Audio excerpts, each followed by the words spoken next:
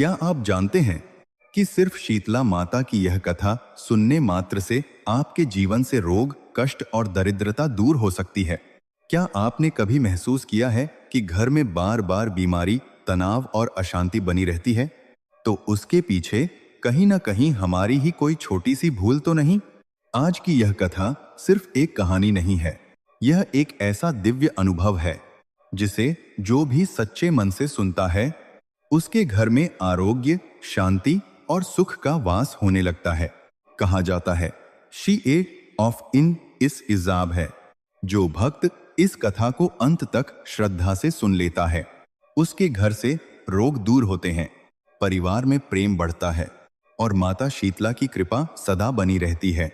लेकिन इस कथा में एक ऐसी घटना भी है जहां सिर्फ एक छोटी सी गलती ने पूरे परिवार को संकट में डाल दिया। और फिर जो हुआ वह आपको अंदर तक हिला देगा। इसलिए पूरे ध्यान और श्रद्धा से अंत तक जरूर सुनिए। और शुरुआत करने से पहले कमेंट में लिखिए जय माता शीतला, क्योंकि जब सैकड़ों भक्त एक साथ माता का नाम लेते हैं तो वहां खुद माता की कृपा उतर आती है। तो आइए माता का स्मरण करते हुए इस पावन कथा की शुरुआत करते हैं। बहुत समय पहले की बात है। एक छोटा सा गांव था, इतना शांत, इतना सरल कि वहां की मिट्टी में भी भक्ति की सुगंध बसती थी। वह कोई साधारण गांव नहीं था, बल्कि एक ऐसा स्थान था जहां हर सुबह सिर्फ सूरज नहीं उगता था, बल्कि लोगों के हृदय में विश्वास भी जागता था। जैसे ही पूर्व दिशा में हल्की लालिमा फैलती, वैसे ही पूरा गांव धीरे धीरे जीवन की ओर बढ़ने लगता। पहले पक्षियों की मीठी चहचहाहट सुनाई देती, फिर कहीं दूर से गायों की घंटियों की आवाज, और उसके बाद मंदिर की घंटियों की वह मधुर ध्वनि जो पूरे वातावरण को पवित्र बना देती थी। ऐसा लगता था मानो स्वयं प्रकृति भी हर दिन इस गांव में उतरकर लोगों को एक नई शुरुआत का आशीर्वाद देती हो। गांव के हर घर के आंगन में तुलसी का चौरा सजा रहता। सुबह सुबह महिलाएं स्नान करके साफ साड़ी पहनकर तुलसी के पास दीपक जलाती। उनके होठों पर भक्ति के गीत होते और आंखों में एक सच्चा विश्वास। ना कोई दिखावा, ना कोई अहंकार, बस सादगी और ईश्वर में अटूट आस्था। बच्चे भी बड़े संस्कारी थे। सुबह उठते ही बड़ों के चरण स्पर्श करते, फिर खेतों की ओर भाग जाते। पुरुष खेतों में मेहनत करते और महिलाएं घर को संभालते हुए भक्ति और सेवा में अपना जीवन बिताती। पूरा गांव एक परिवार जैसा था, जहां हर सुख दुख सब मिलकर बांटते थे। लेकिन इस शांत और सुखी दिखाई देने वाले गांव में भी कभी कभी ऐसे क्षण आते थे जब जीवन अपनी कठोर सच्चाई दिखाता था। कभी अचानक कोई बीमारी फैल जाती, कभी बच्चों को तेज बुखार आ जाता, और तब पूरा गांव एक ही नाम लेता, हे शीतला माता हमारी रक्षा करो। क्योंकि उस गांव के लोगों का विश्वास था, शीतला माता केवल देवी नहीं, बल्कि आरोग्य और शांति की जीवित शक्ति हैं। उन्हें यह भी विश्वास था कि जहां माता का वास होता है, वहां रोग टिक नहीं सकते। और इसी विश्वास के कारण हर साल चैत्र मास में आने वाला शीतला माता का व्रत उस गांव का सबसे पवित्र पर्व माना जाता था। उस दिन पूरा गांव जैसे एक अलग ही रूप ले लेता था। व्रत से एक दिन पहले ही हर घर में बड़े प्रेम और श्रद्धा से भोजन बनाया जाता। पूरी, कढ़ी, मीठा चावल, दही, चने। हर व्यंजन में सिर्फ स्वाद नहीं, बल्कि भक्ति भी घुली होती थी, क्योंकि लोग मानते थे कि माता को जो अर्पित किया जाए वह प्रेम और श्रद्धा से भरा होना चाहिए। और फिर अगले दिन पूरा गांव एक साथ एक नियम का पालन करता। उस दिन कोई चूल्हा नहीं जलाता। सब लोग ठंडा भोजन ही माता को अर्पित करते और उसी को प्रसाद मानकर ग्रहण करते। यह सिर्फ एक परंपरा नहीं थी, बल्कि एक गहरी आस्था थी, एक ऐसा विश्वास जो पीढ़ियों से चला आ रहा था। गांव के बुजुर्ग कहते थे, इस दिन चूल्हा जलाना माता के नियमों का अनादर करना होता है। और इस नियम का पालन हर कोई करता था, बिना किसी सवाल के, बिना किसी संशय के। लेकिन समय के साथ साथ कुछ लोगों के मन में सवाल भी उठने लगे थे। नई पीढ़ी जो सब कुछ तर्क से समझना चाहती थी, उन्हें यह परंपरा थोड़ी अजीब लगती थी। बासी खाना क्यों खाएं? ताजा भोजन ही तो अच्छा होता है। ऐसे विचार धीरे धीरे कुछ लोगों के मन में जन्म लेने लगे थे और यही विचार आगे चलकर एक ऐसी घटना का कारण बनने वाले थे जिसने पूरे गांव को हिलाकर रख दिया। उसी गांव के बीचों बीच एक छोटा सा घर था। बाहर से देखने में साधारण, लेकिन अंदर से भक्ति का मंदिर। उस घर की दीवारें मिट्टी की थीं, लेकिन उनमें प्रेम और विश्वास की मजबूती थी। आंगन में एक सुंदर तुलसी का चौरा था जिसके पास हर सुबह दीपक जलता था। और उस घर में रहती थी एक वृद्धा जिसे पूरे गांव में लोग माता की सच्ची भक्त के नाम से जानते थे। उसकी उम्र भले ही अधिक हो चुकी थी, उसके बाल सफेद हो गए थे, चेहरे पर झुर्रियां पड़ गई थीं, लेकिन उसके चेहरे पर जो शांति थी वह किसी साधारण व्यक्ति में नहीं हो सकती थी। उसकी आंखों में एक अलग ही चमक थी, जैसे उसने जीवन के हर दुख को माता के चरणों में समर्पित कर दिया हो। वह हर दिन ब्रह्म मुहूर्त में उठती, सबसे पहले आंगन को साफ करती, फिर गोबर से लीपकर उसे पवित्र बनाती और उसके बाद स्नान करके स्वच्छ वस्त्र पहनती, फिर धीरे धीरे तुलसी के पास जाती, दीपक जलाती और आंखें बंद करके माता का नाम जपना शुरू कर देती। जय शीतला माता, जय शीतला माता। उसकी आवाज में इतनी सच्चाई होती थी कि सुनने वाले का मन भी स्वतः शांत हो जाता था। उसके लिए जीवन का अर्थ सिर्फ एक था, भक्ति। न उसे किसी वस्तु की चाह थी, न किसी सुख की लालसा। उसका मानना था, जिसके पास माता की कृपा है उसे और क्या चाहिए। गांव के लोग भी उसकी बहुत इज्जत करते थे। जब भी किसी के घर कोई संकट आता तो सबसे पहले उसी वृद्धा को बुलाया जाता। वह आती, माता का नाम लेती और सबको धैर्य देती। और कई बार तो ऐसा होता था कि जिसे लोग असंभव समझते थे वह भी धीरे धीरे ठीक हो जाता। लोग कहते थे इस वृद्धा की भक्ति में शक्ति है। लेकिन उसी घर में जहां इतनी भक्ति और श्रद्धा थी, वहीं कुछ ऐसा होने वाला था जो इस विश्वास की परीक्षा लेने वाला था। वृद्धा के दो बेटे थे और दोनों की शादी हो चुकी थी। घर में उसकी दो बहुएं थीं। दोनों बहुएं सुंदर थीं, मेहनती भी थीं, घर का हर काम अच्छे से करती थीं, सास का सम्मान भी करती थीं। लेकिन उनके भीतर अभी वह गहराई नहीं आई थी जो अनुभव से आती है। वह भक्ति को समझती तो थीं, लेकिन उसकी गंभीरता को नहीं। उन्हें परंपराएं थोड़ी कठिन लगती थीं और कुछ नियम तो उन्हें बिल्कुल समझ नहीं आते थे। वृद्धा उन्हें हमेशा प्रेम से समझाती, कभी डांटती नहीं थी। धीरे धीरे समय बीतता गया और फिर एक दिन वह समय भी आ गया जब चैत्र मास शुरू हुआ और साथ ही शीतला माता के पावन व्रत की तैयारी भी। गांव में एक अलग ही उत्साह फैल गया। हर घर में साफ सफाई शुरू हो गई, महिलाएं भोग की तैयारी में जुट गईं और उसी के साथ इस घर में भी एक ऐसी कहानी शुरू होने वाली थी जो सिर्फ एक घटना नहीं बल्कि जीवन की एक बहुत बड़ी सीख बनने वाली थी।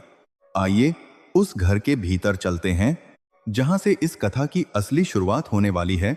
वह घर भले ही बाहर से साधारण था, लेकिन उसके भीतर जो वातावरण था वह किसी मंदिर से कम नहीं था।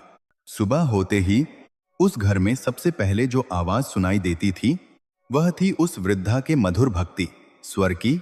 जय शीतला माता, जय शीतला माता, आरपी जय शीतला माता। उसकी आवाज में इतनी शांति, इतनी सच्चाई थी कि लगता था जैसे हर शब्द सीधे माता के चरणों में पहुंच रहा हो। वह वृद्धा कोई साधारण स्त्री नहीं थी। उसका जीवन तपस्या और भक्ति से बना हुआ था। वह हर दिन ब्रह्म मुहूर्त में उठती, जब पूरा गांव अभी नींद में होता। वह धीरे धीरे अपने बिस्तर से उठती और सबसे पहले दोनों हाथ जोड़कर धरती माता को प्रणाम करती। हे धरती माता, मुझे क्षमा करना। फिर वह आंगन में जाती और अपने हाथों से झाड़ू लगाकर उसे साफ करती। हर कोना, हर जगह इतनी सावधानी से साफ करती जैसे वह कोई साधारण आंगन नहीं बल्कि पूजा का स्थान हो। इसके बाद वह गोबर और मिट्टी से आंगन को लीपती और फिर कुछ क्षण खड़ी होकर उसे देखती।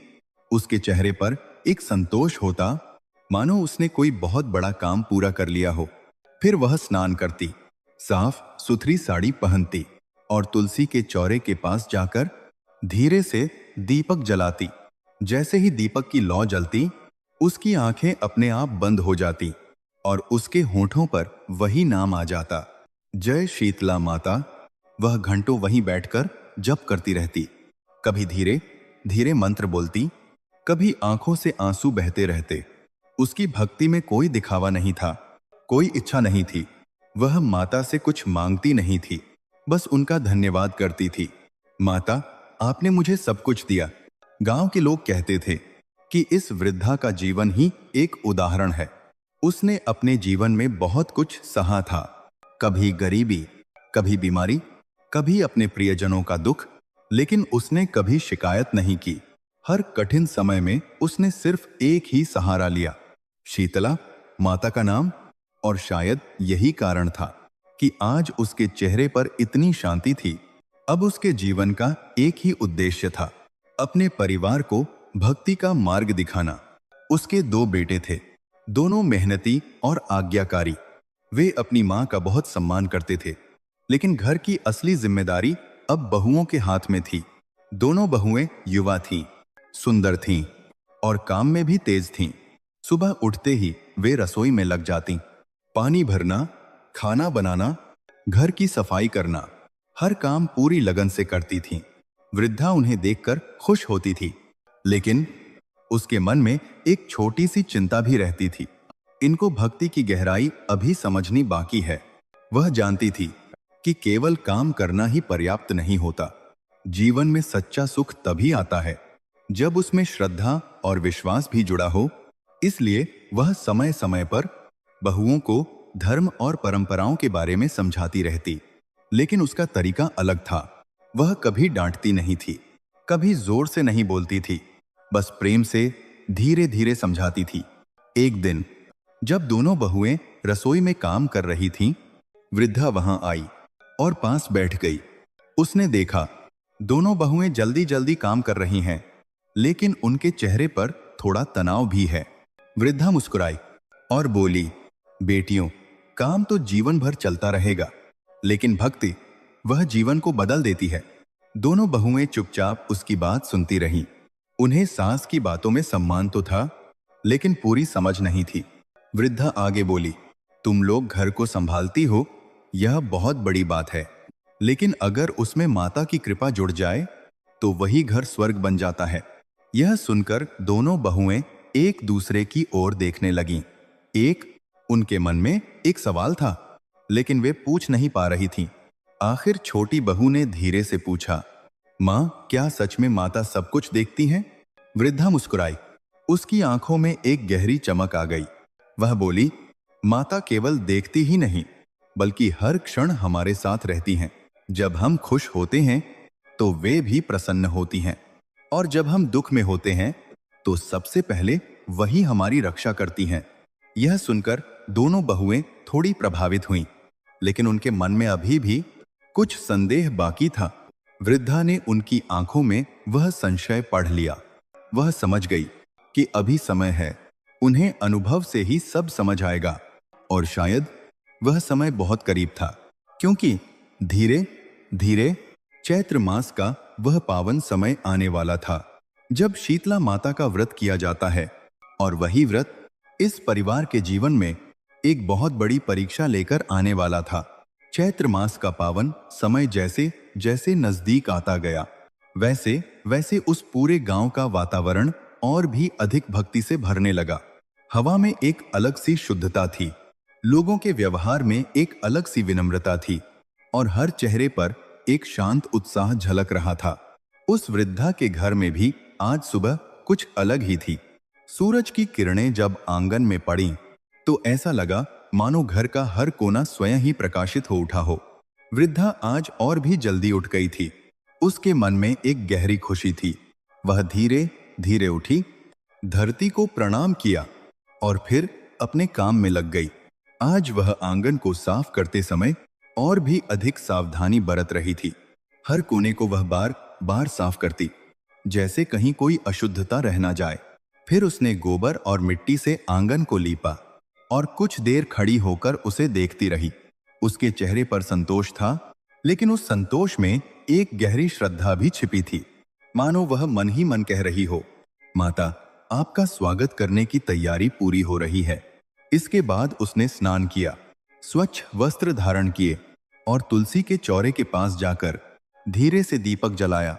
जैसे ही दीपक की लौ जली, उसकी आंखें बंद हो गईं और उसके होठों पर फिर वही नाम आया, जय शीतला माता। आज उसका जप थोड़ा लंबा था, थोड़ा गहरा था। कभी उसके चेहरे पर मुस्कान आती, तो कभी आंखों से आंसू बहने लगते।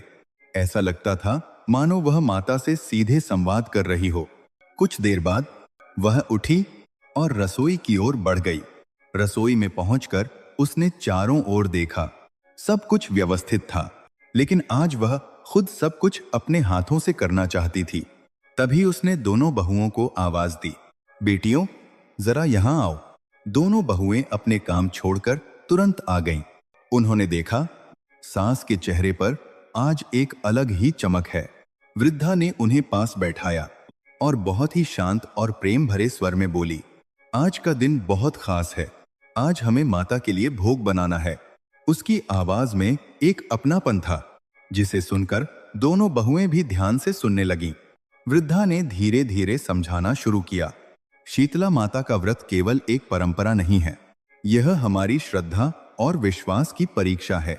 इस दिन हम जो भी करते हैं, वह माता के प्रति हमारे भाव को दर्शाता है। फिर उसने बहुत स्पष्ट शब्दों में कहा, ध्यान रखना, कल के दिन चूल्हा बिल्कुल नहीं जलेगा।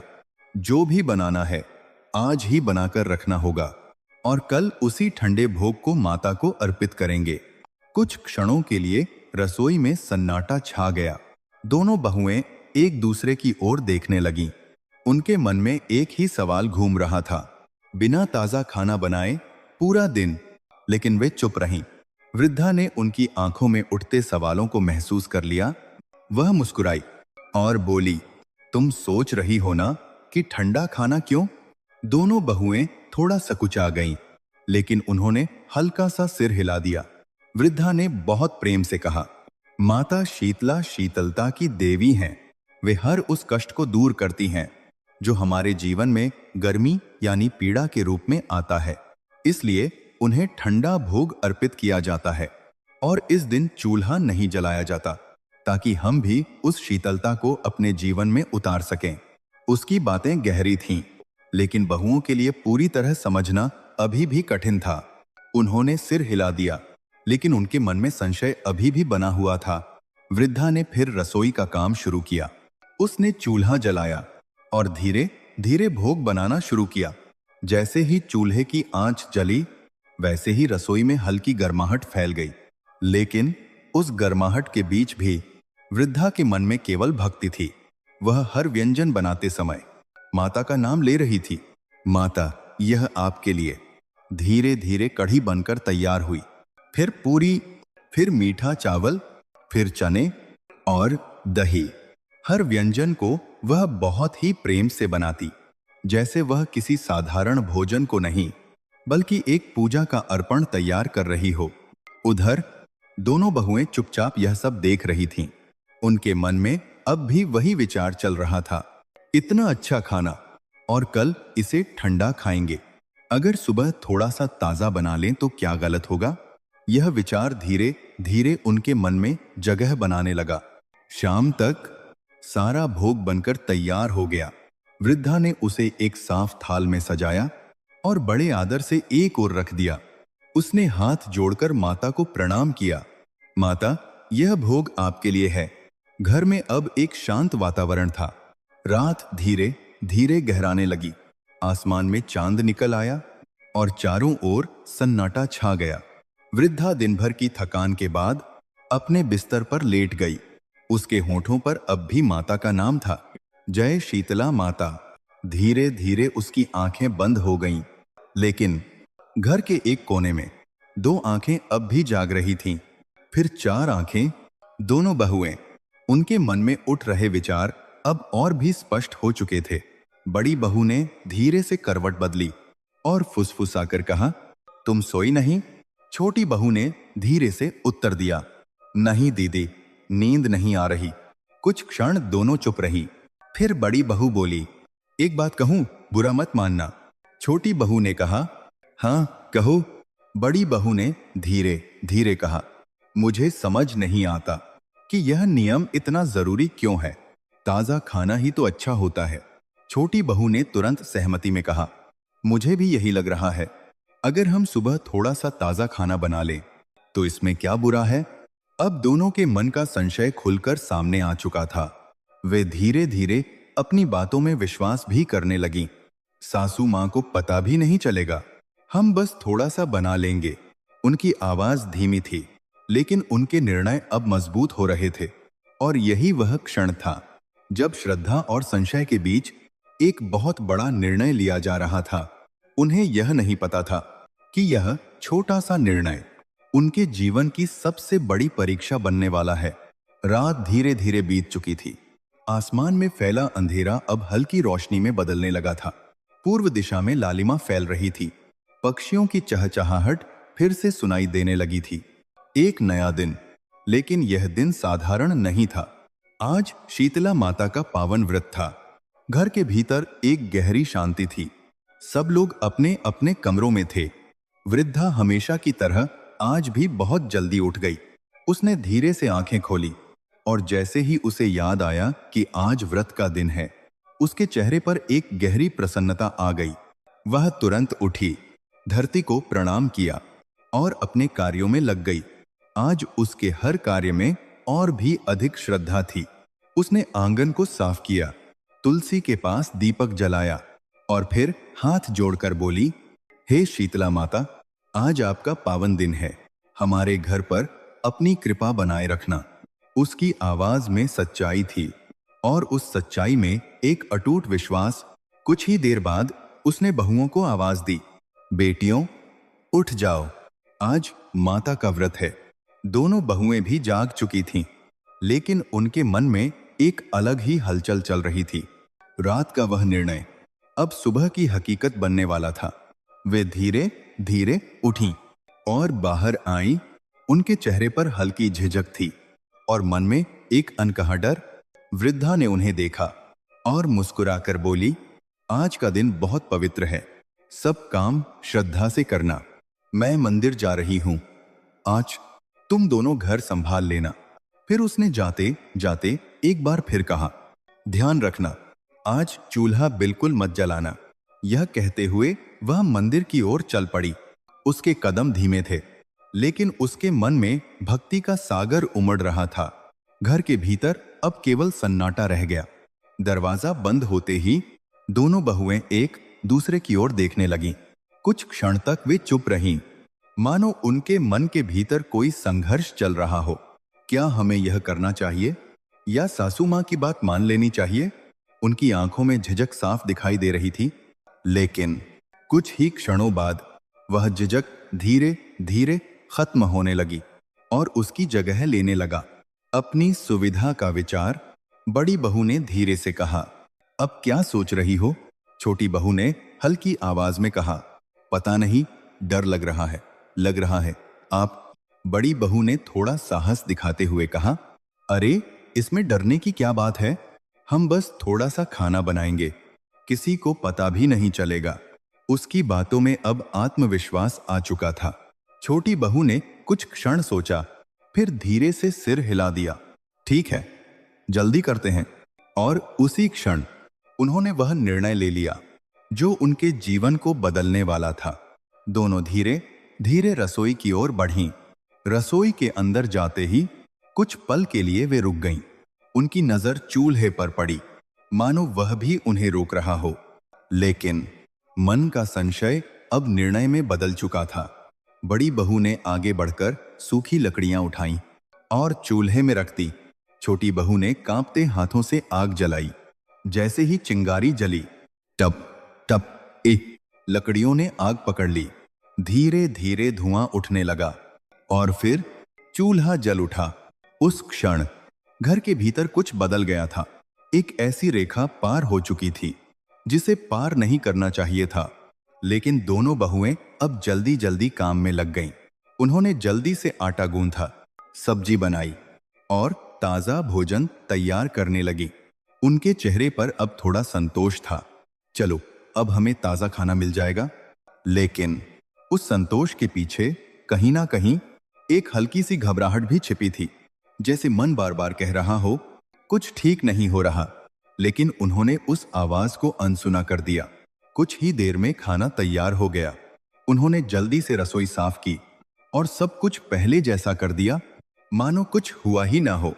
घर फिर से शांत हो गया, लेकिन वह शांति अब पहले जैसी नहीं थी। उसमें एक अनजाना डर था, एक अनकही आशंका थी। समय धीरे धीरे आगे बढ़ने लगा। सूरज आसमान में ऊपर चढ़ने लगा और फिर कुछ ऐसा हुआ जिसकी किसी ने कल्पना भी नहीं की थी। आंगन में खेल रहे छोटे बच्चे अचानक चुप हो गए। एक बच्चा लड़खड़ाते हुए गिर पड़ा। उसके चेहरे का रंग बदल गया। उसके माथे पर अचानक तेज बुखार चढ़ गया। आह! उसकी हल्की सी कराह पूरे घर में गूंज उठी। दोनों बहुएं घबरा गईं। वे दौड़कर उसके पास गईं। बच्चे का शरीर तप रहा था, जैसे उसमें आग जल रही हो। उन्होंने उसे गोद में उठाया, पानी पिलाने की कोशिश की, लेकिन कुछ ही क्षणों में दूसरा बच्चा भी रोने लगा। उसका शरीर भी तपने लगा। अब घर का वातावरण पूरी तरह बदल चुका था।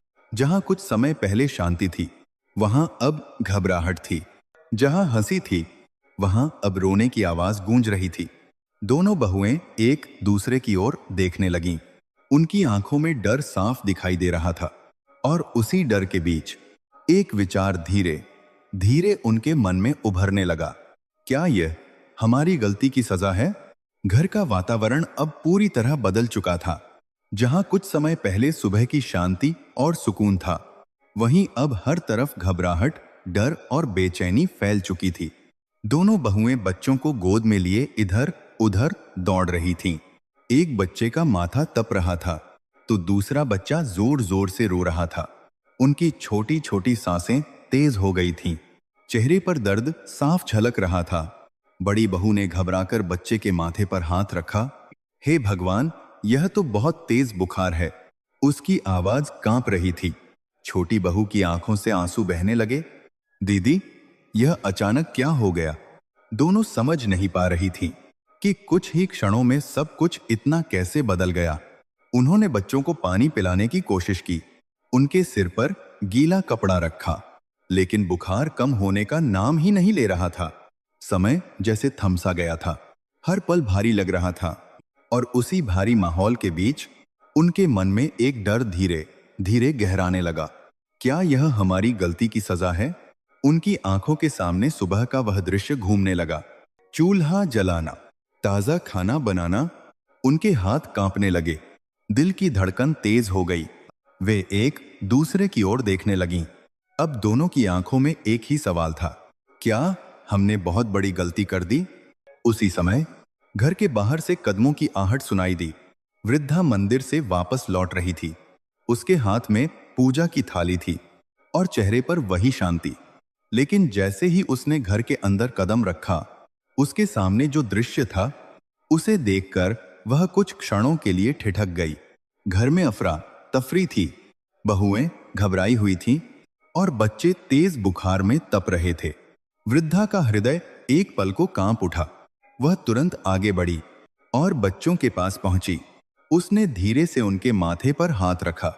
माथा छूते ही उसकी आंखों में चिंता की गहरी रेखा उभर आई।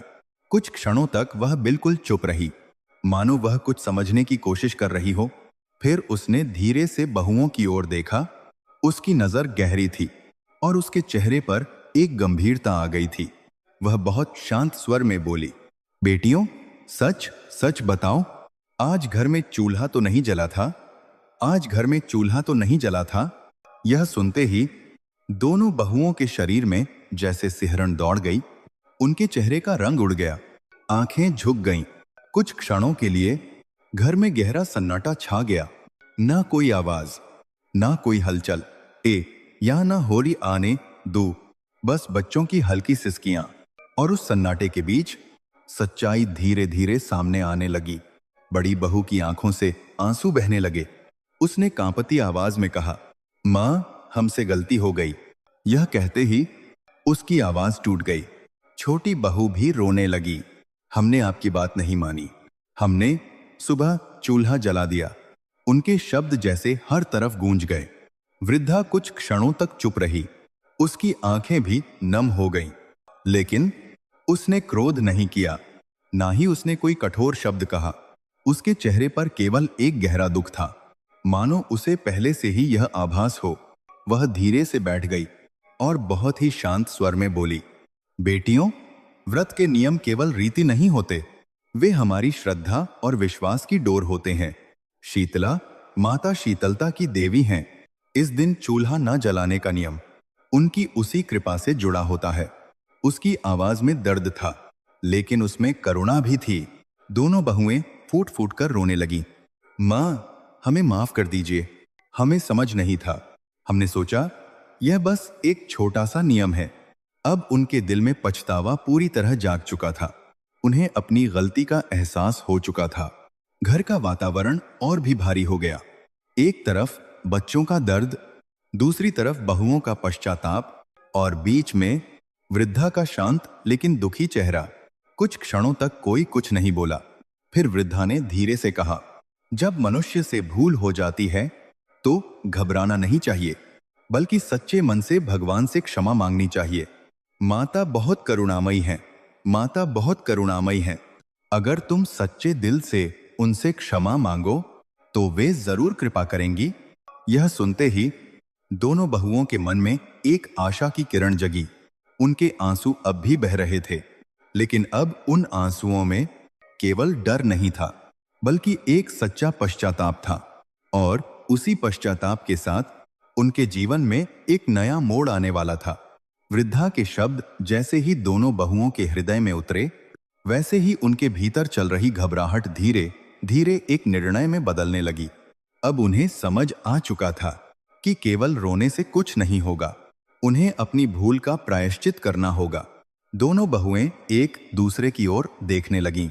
उनकी आंखों में अब भी आंसू थे, लेकिन उन आंसुओं के पीछे एक नई भावना जन्म ले चुकी थी, पश्चाताप। और उसी पश्चाताप के साथ एक आशा भी जाग उठी थी। अगर माता करुणामयी हैं तो वे हमें जरूर क्षमा करेंगी। बड़ी बहू ने धीरे से कहा, चलो हम माता के मंदिर चलते हैं। छोटी बहू ने बिना एक क्षण गंवाए सिर हिला दिया। दोनों तुरंत उठी। उनके कदम तेज थे, लेकिन दिल भारी था। वे भीतर कमरे में गईं। जल्दी जल्दी स्नान किया, स्वच्छ वस्त्र पहने। उनके हाथ कांप रहे थे, आंखें बार बार भर आ रही थीं। फिर उन्होंने एक थाली सजाई, उसमें फूल रखे, थोड़ा जल रखा और कल बनाया हुआ ठंडा भोग भी रखा। उस थाली को हाथ में लेते समय उनकी आंखों से फिर आंसू बहने लगे। काश हमने पहले ही समझ लिया होता, लेकिन अब समय पीछे नहीं लौट सकता था। अब केवल एक ही रास्ता था, माता के चरणों में समर्पण। दोनों बहुएं धीरे धीरे घर से बाहर निकलीं। गांव की गलियों से गुजरते हुए उनके कदम भारी लग रहे थे। हर मोड़ पर, हर रास्ते पर उन्हें अपनी गलती याद आ रही थी। हवा हल्की हल्की चल रही थी, लेकिन आज वह हवा भी उन्हें सुकून नहीं दे पा रही थी। उनके मन में केवल एक ही प्रार्थना थी, हे माता, हमें क्षमा कर देना। कुछ ही देर में वे मंदिर के पास पहुंच गईं। मंदिर का दृश्य हमेशा की तरह शांत था। पीपल का पेड़ धीरे धीरे हिल रहा था। दीपक की लौ मंद मंद जल रही थी, और वहां एक ऐसी शांति थी जो सीधे हृदय को छू जाती थी। दोनों बहुएं जैसे ही मंदिर के भीतर गईं, उनके कदम अपने आप धीमे हो गए। उनकी नजर माता की मूर्ति पर पड़ी। माता शीतला का स्वरूप अत्यंत शांत और करुणामय था। उनके हाथों में कलश, झाड़ू और सूप था। उनके चेहरे पर एक ऐसी शीतलता थी जो मन के भीतर तक उतर जाती थी। उस दिव्य स्वरूप को देखते ही दोनों बहुओं का हृदय भर आया। उनकी आंखों से आंसू रुक ही नहीं रहे थे। वे धीरे धीरे आगे बढ़ीं और माता के चरणों के सामने बैठ गईं। थाली उनके हाथों में कांप रही थी। कुछ क्षण तक वे कुछ बोल ही नहीं पाईं। फिर अचानक जैसे उनके भीतर दबा हुआ सारा दर्द बाहर आ गया। दोनों एक साथ रो पड़ीं। हे शीतला माता, हमसे बहुत बड़ी भूल हो गई। उनकी आवाज कांप रही थी, लेकिन उसमें सच्चाई थी। हमें आपकी महिमा का ज्ञान नहीं था। हमने आपके नियम का अनादर किया। हमें क्षमा कर दीजिए माता। वे बार बार सिर झुका रही थीं, बार बार हाथ जोड़ रही थीं। उनके आंसू मंदिर की जमीन पर गिर रहे थे, और हर आंसू में एक सच्चा पश्चाताप था। समय जैसे थम गया था। मंदिर के भीतर एक गहरी शांति फैल गई थी। दीपक की लौ धीरे धीरे डोल रही थी, जैसे किसी अनदेखी उपस्थिति का संकेत दे रही हो। हवा में अचानक एक अलग सी शीतलता घुलने लगी। दोनों बहुएं अपनी प्रार्थना में इतनी डूब चुकी थीं कि उन्हें आसपास की कोई सुध नहीं थी। उनकी आंखें बंद थीं, हाथ जुड़े हुए थे, और उनके होठों पर बस एक ही शब्द था, क्षमा। कुछ देर बाद अचानक उन्हें ऐसा महसूस हुआ जैसे मंदिर का वातावरण बदल रहा है। एक अद्भुत शांति, एक गहरी ठंडक उनके चारों ओर फैलने लगी। बड़ी बहू ने धीरे धीरे अपनी आंखें खोलीं और माता की मूर्ति की ओर देखा। उसे ऐसा लगा जैसे माता का स्वरूप पहले से अधिक तेजस्वी हो गया हो। उसका हृदय एक पल के लिए ठहर सा गया, और तभी उसके मन के भीतर एक बहुत ही कोमल, बहुत ही शीतल और मधुर आवाज गूंजी, आप बेटियों। उस आवाज में ना कोई क्रोध था, ना कोई कठोरता, बस करुणा थी। दोनों बहुएं चौंक गईं। उन्होंने एक दूसरे की ओर देखा, लेकिन वह आवाज बाहर से नहीं, उनके हृदय के भीतर से आ रही थी। भय मत करो, तुमसे भूल हुई है, लेकिन तुम्हारा पश्चाताप सच्चा है। यह सुनते ही दोनों बहुओं का शरीर कांप उठा। उनकी आंखों से आंसू और तेज बहने लगे। उन्होंने तुरंत भूमि पर माथा टेक दिया। उनका हृदय अब भय से नहीं, बल्कि श्रद्धा से भर चुका था। और उसी क्षण उन्हें महसूस हुआ जैसे माता स्वयं उनके पास खड़ी हों और उनकी हर पुकार सुन रही हों। मंदिर के उस शांत वातावरण में दोनों बहुएं अभी भी माता के चरणों में झुकी हुई थीं। उनका शरीर कांप रहा था, लेकिन अब वह कांपना डर का नहीं था, वह श्रद्धा का था। वह उस दिव्य अनुभूति का था जो उन्होंने अभी अभी महसूस की थी। उनके कानों में अब भी वही मधुर शीतल आवाज गूंज रही थी, बेटियों, भय मत करो। उस आवाज में इतनी करुणा थी, इतनी ममता थी कि दोनों बहुओं का हृदय पूरी तरह पिघल गया। वे बार बार सिर झुका रही थीं और रोते हुए कह रही थीं, माता, हमें क्षमा कर दीजिए। मंदिर के भीतर दीपक की लौ अब भी शांत जल रही थी, लेकिन उस लौ के साथ साथ एक अदृश्य दिव्यता भी वहां उपस्थित थी।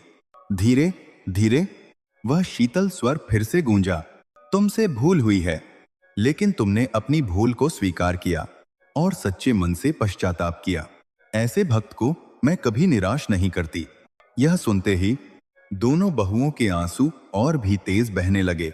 उनके मन का सारा डर धीरे धीरे खत्म होने लगा। उसकी जगह अब एक गहरा विश्वास जन्म लेने लगा, माता हमें क्षमा कर देंगी। फिर वही दिव्य स्वर और भी कोमल होकर बोला, जाओ, अपने घर लौट जाओ। अपने बच्चों के माथे पर प्रेम से हाथ फेरना, मेरी कृपा से उनका कष्ट दूर हो जाएगा। और याद रखना, आगे से मेरे व्रत का पालन श्रद्धा और विश्वास से करना। यह सुनते ही दोनों बहुओं का हृदय कृतज्ञता से भर गया। वे तुरंत जमीन पर लेटकर माता को साष्टांग प्रणाम करने लगीं। माता, आपका धन्यवाद, हम आपकी आज्ञा का पालन करेंगे। उनकी आवाज अब भी भरी हुई थी, लेकिन उसमें अब भय नहीं था, उसमें विश्वास था, उसमें समर्पण था। कुछ देर तक वे वहीं बैठी रहीं, मानो उस दिव्य क्षण को अपने भीतर समेट लेना चाहती हों। फिर धीरे धीरे उठीं, थाली को संभाला और एक बार फिर माता के चरणों में सिर झुकाया। मंदिर से बाहर निकलते समय उनके कदम पहले जैसे भारी नहीं थे। अब उनमें एक अजीब सी हल्कापन था, एक विश्वास था, सब ठीक हो जाएगा। आप हुला बूस्ट आप तेन कॉर्मा इजी। गांव की गलियों से गुजरते हुए अब उन्हें वही रास्ता अलग लग रहा था। हवा पहले से ज्यादा शीतल महसूस हो रही थी और मन के भीतर एक शांति उतर चुकी थी। वे जल्दी जल्दी घर की ओर बढ़ने लगीं। उनका दिल तेज धड़क रहा था। क्या सच में बच्चे ठीक हो जाएंगे? यह सवाल उनके मन में बार बार उठ रहा था। लेकिन उसी के साथ माता की आवाज भी गूंज रही थी, भय मत करो। कुछ ही क्षणों में वे घर के दरवाजे तक पहुंच गईं। उन्होंने जल्दी से दरवाजा खोला और भीतर की ओर दौड़ी। उनकी नजर सीधे बच्चों पर गई और जो दृश्य उन्होंने देखा उसे देखकर वे कुछ क्षणों के लिए वहीं रुक गईं। बच्चे जो कुछ समय पहले तेज बुखार में तप रहे थे, अब शांत होकर सो रहे थे। उनके चेहरे पर कोई पीड़ा नहीं थी, उनकी सांसें सामान्य थीं। पूरा वातावरण बदल चुका था। बड़ी बहू धीरे धीरे आगे बढ़ी। उसका दिल जोर जोर से धड़क रहा था। उसने कांपते हाथों से बच्चे के माथे को छुआ और जैसे ही उसने स्पर्श किया, उसकी आंखों से आंसू बह निकले। माथा ठंडा है, उसकी आवाज भर गई। छोटी बहू भी पास आई, उसने भी बच्चे को छुआ और वह भी रो पड़ी। माता ने हमें क्षमा कर दिया। दोनों बहुएं वहीं बैठकर रोने लगी। लेकिन इस बार ये आंसू दुख के नहीं थे, ये आंसू कृतज्ञता के थे। उसी समय वृद्धा भी वहां आ गई। उसने यह दृश्य देखा और सब कुछ समझ गई। उसकी आंखें भी भर आईं। उसने धीरे से हाथ जोड़कर आकाश की ओर देखा। हे शीतला माता, आपकी कृपा अपार है। आपने मेरे घर को फिर से शांति दे दी। फिर उसने दोनों बहुओं के सिर पर हाथ रखा। उसका स्पर्श बहुत ही स्नेह भरा था। देखा बेटियों, माता अपने भक्तों को कभी निराश नहीं करती। दोनों बहुएं उसके चरणों में गिर पड़ी। मां, आज हमें सब समझ आ गया। हमने बहुत बड़ी गलती की, लेकिन माता ने हमें फिर भी क्षमा कर दिया। उनकी आवाज में सच्चा पश्चाताप था और साथ ही एक नया संकल्प भी। वृद्धा ने उन्हें उठाया और मुस्कुराकर बोली, गलती से सीख लेना ही सबसे बड़ी बात होती है। घर का वातावरण अब पूरी तरह बदल चुका था। जहां कुछ समय पहले डर और घबराहट थी, वहां अब शांति और कृतज्ञता थी। हवा में एक शीतलता थी, मानो स्वयं माता का आशीर्वाद उस घर में उतर आया हो। उस दिन के बाद उस घर का वातावरण जैसे पूरी तरह बदल गया था।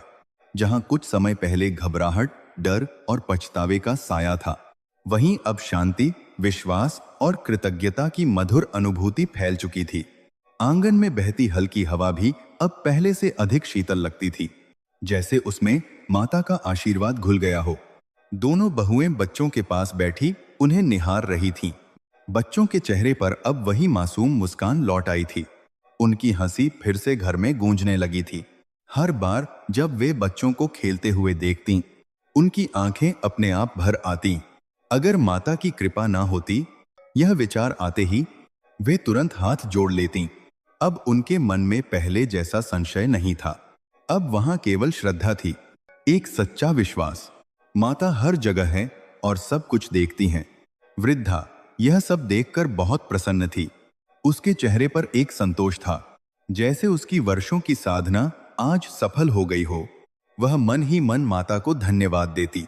माता, आपने मेरी बहुओं को सही मार्ग दिखा दिया।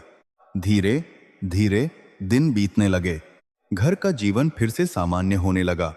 लेकिन अब उस सामान्य जीवन में एक गहराई जुड़ चुकी थी। अब हर काम के साथ भक्ति भी जुड़ गई थी। सुबह होते ही दोनों बहुएं खुद ही उठ जातीं, आंगन साफ करतीं, तुलसी के पास दीपक जलातीं और सांस के साथ बैठकर माता का नाम जपतीं। जय शीतला माता। उनकी आवाज में अब पहले जैसा संकोच नहीं था, बल्कि एक सच्ची श्रद्धा थी। वृद्धा उन्हें देखकर मुस्कुराती। उसे लगता जैसे उसके घर में केवल बहुएं नहीं, बल्कि सच्ची भक्त भी जन्म ले चुकी हैं। कुछ समय बाद फिर वही पावन समय आया, चैत्र मास, और उसके साथ शीतला माता के व्रत का दिन भी करीब आने लगा। इस बार घर का दृश्य बिल्कुल अलग था। जहां पहले बहुओं के मन में संशय था, वहीं अब उत्साह और श्रद्धा थी। व्रत से एक दिन पहले ही दोनों बहुएं खुद ही रसोई में लग गईं। उन्होंने बड़े प्रेम से भोग बनाना शुरू किया। पूरी, कढ़ी, मीठा, चावल, चने, दही, हर व्यंजन बनाते समय वे मन ही मन माता का नाम ले रही थीं। माता, यह आपके लिए। उनके हाथों में अब केवल काम नहीं था, बल्कि भक्ति भी थी। वृद्धा यह सब देखकर भावुक हो उठी। उसकी आंखों में आंसू आ गए। आज मेरी बहुएं सच में समझ गई हैं। रात को जब सारा भोग बनकर तैयार हो गया तो तीनों ने मिलकर माता का स्मरण किया। उन्होंने हाथ जोड़कर प्रार्थना की, हे शीतला माता, जैसे आपने हमें उस दिन अपनी कृपा से बचाया, वैसे ही हमेशा हमारे घर पर अपनी कृपा बनाए रखना। अगले दिन व्रत का दिन आया। इस बार घर में चूल्हा बिल्कुल नहीं जला। सबने मिलकर ठंडा भोग माता को अर्पित किया और उसी को प्रसाद के रूप में ग्रहण किया। घर का वातावरण इतना पवित्र था कि हर कोई भीतर से शांति महसूस कर रहा था। धीरे धीरे इस घटना की चर्चा पूरे गांव में फैलने लगी। लोग एक दूसरे से कहने लगे, क्या तुमने सुना उस घर में क्या हुआ था? कैसे माता ने बच्चों को ठीक कर दिया? यह कथा सुनकर गांव के लोगों की श्रद्धा और भी बढ़ गई। अब वे व्रत को और भी अधिक विश्वास से करने लगे। हर घर में माता की महिमा का गुणगान होने लगा और जब भी कोई इस व्रत के बारे में पूछता, दोनों बहुएं प्रेम से उसे पूरी कहानी सुनाती। उनकी आंखों में उस अनुभव की चमक होती। वे कहती, माता बहुत करुणामयी है। अगर हम सच्चे मन से उनकी शरण में जाएं, तो वे हमारी हर भूल को क्षमा कर देती हैं। लेकिन हमें उनके नियमों का पालन भी पूरे विश्वास से करना चाहिए। उनकी बातों में अब अनुभव की सच्चाई थी और वही सच्चाई सुनने वाले के दिल को छू जाती थी। समय बीतता गया, लेकिन उस दिन की घटना उस घर के लोगों के दिल में हमेशा के लिए बस गई।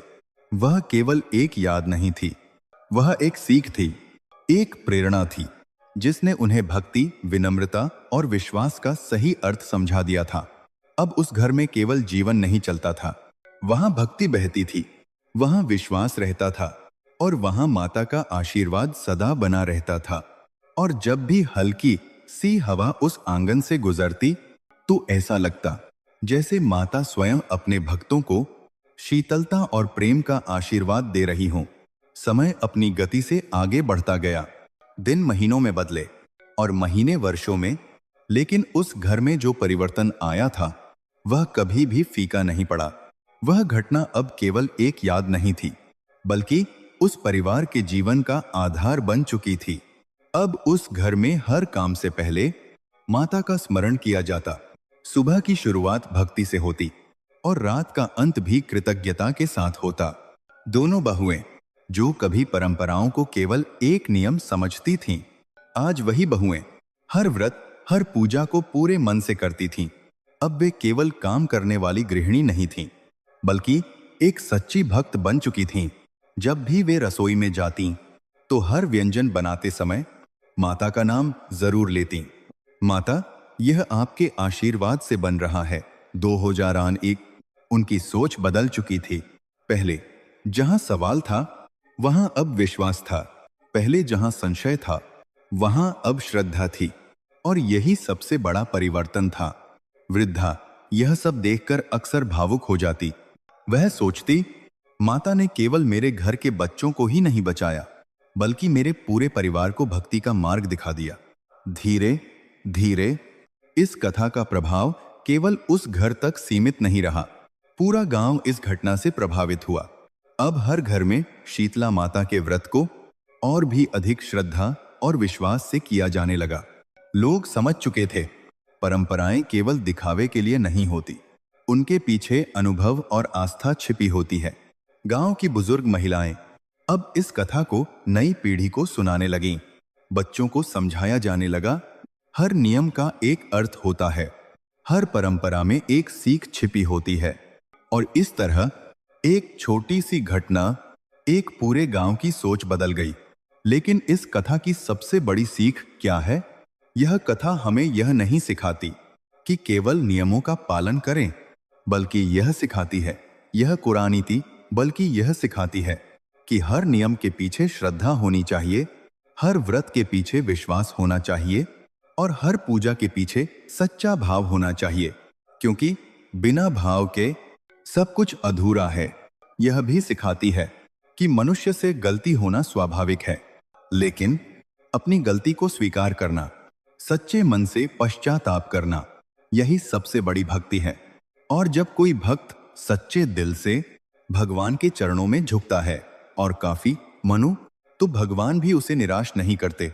शीतला माता की यह कथा हमें यही बताती है कि माता केवल दंड देने वाली नहीं है, वे करुणा और ममता की मूर्ति हैं। अगर हम उनसे दूर जाएं तो वे हमें समझाती हैं, और अगर हम वापस उनके पास लौट आएं तो वे हमें गले लगा लेती हैं। इसलिए जब भी शीतला माता का व्रत आए, उसे केवल एक परंपरा समझकर मत करें, उसे एक अवसर समझें अपने जीवन को शुद्ध करने का, अपने मन को शांत करने का। माता के चरणों में बैठकर कुछ पल सच्चे मन से प्रार्थना करें, माता हमें सही मार्ग दिखाइए, और विश्वास रखिए आपकी हर प्रार्थना सुनी जाएगी। आपके जीवन में भी शांति और आरोग्य आएगा। अगर इस कथा को सुनकर आपके मन में भी माता के प्रति श्रद्धा जागी हो तो प्रेम से कमेंट में लिखिए, जय माता शीतला। इस कथा को लाइक भी करें। उस दिन के बाद जब माता की कृपा से घर में फिर से शांति लौटी, सब कुछ बाहर से तो पहले जैसा दिखने लगा, लेकिन भीतर बहुत कुछ बदल चुका था। सबसे बड़ा परिवर्तन हुआ था दोनों बहुओं के हृदय में। वह दिन, वह घटना और वह गलती उनके मन पर इतनी गहराई से अंकित हो चुकी थी कि अब वे पहले जैसी नहीं रही थीं। सुबह जब वे उठतीं तो पहले की तरह केवल काम का विचार नहीं आता था। अब सबसे पहला विचार होता था माता का स्मरण। बड़ी बहू जब आंखें खोलती तो कुछ क्षण तक शांत बैठ जाती और धीरे से हाथ जोड़कर कहती, हे शीतला माता, कल की तरह आज भी हमें सही मार्ग दिखाना। उसकी आवाज में अब एक विनम्रता थी, एक ऐसी विनम्रता जो केवल अनुभव से आती है।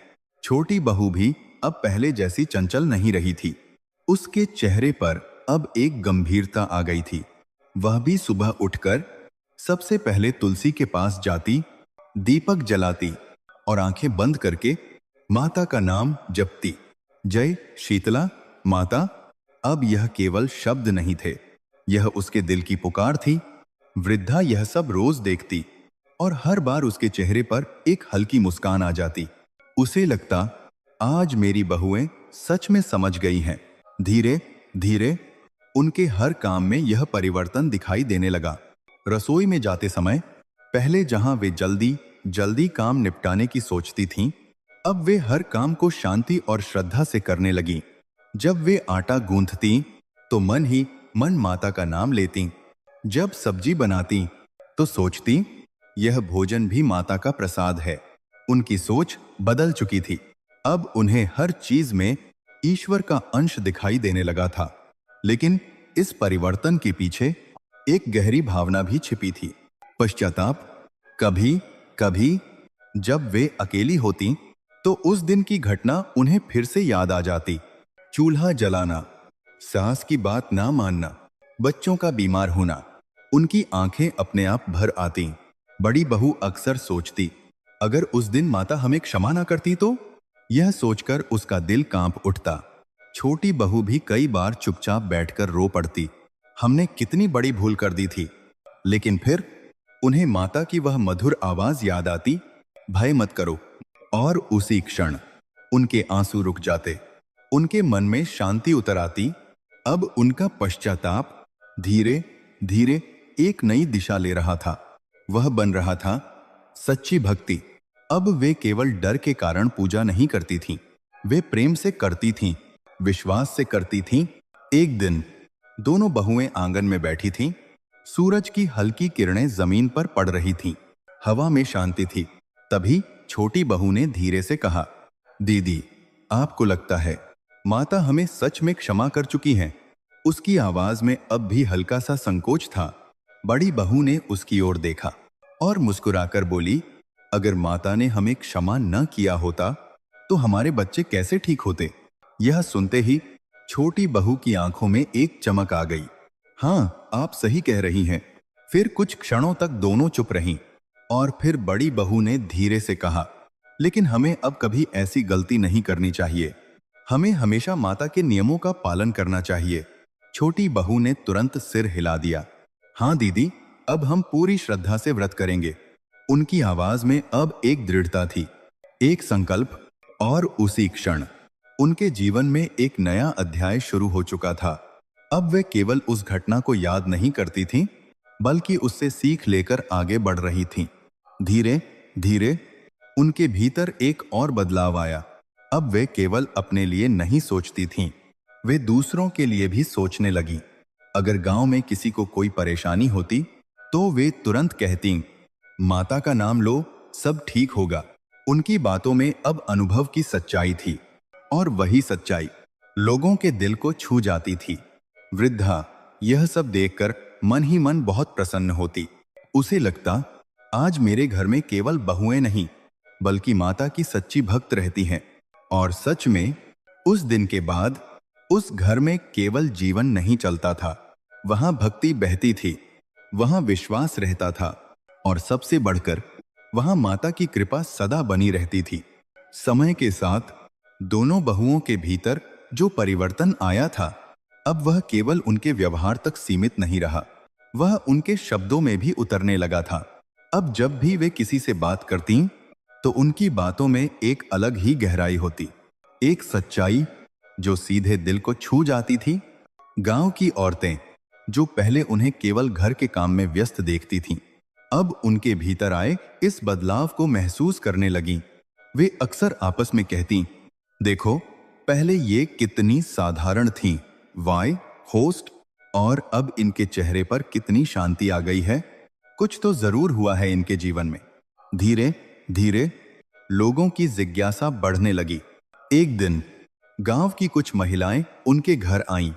आंगन में सब बैठी, हल्की हवा चल रही थी, तुलसी के पास दीपक जल रहा था, वातावरण शांत और पवित्र था।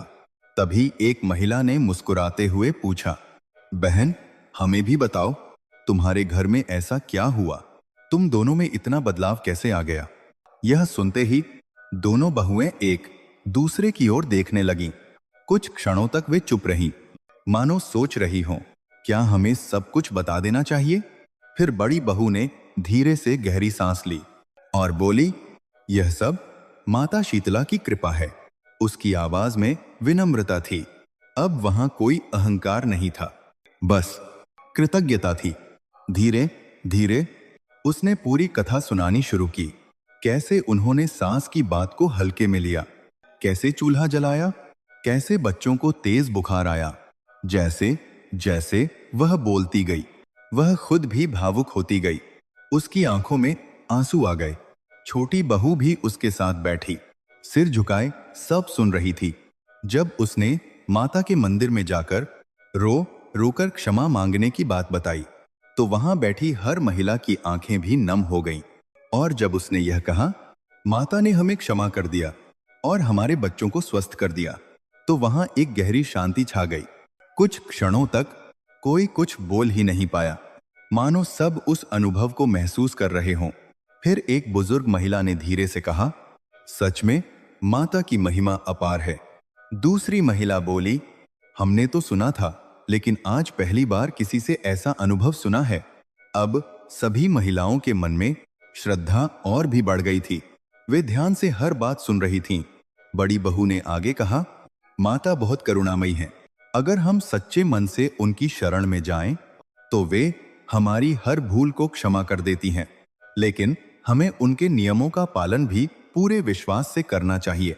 उसकी बातों में अब एक गहराई थी, जो केवल अनुभव से आती है।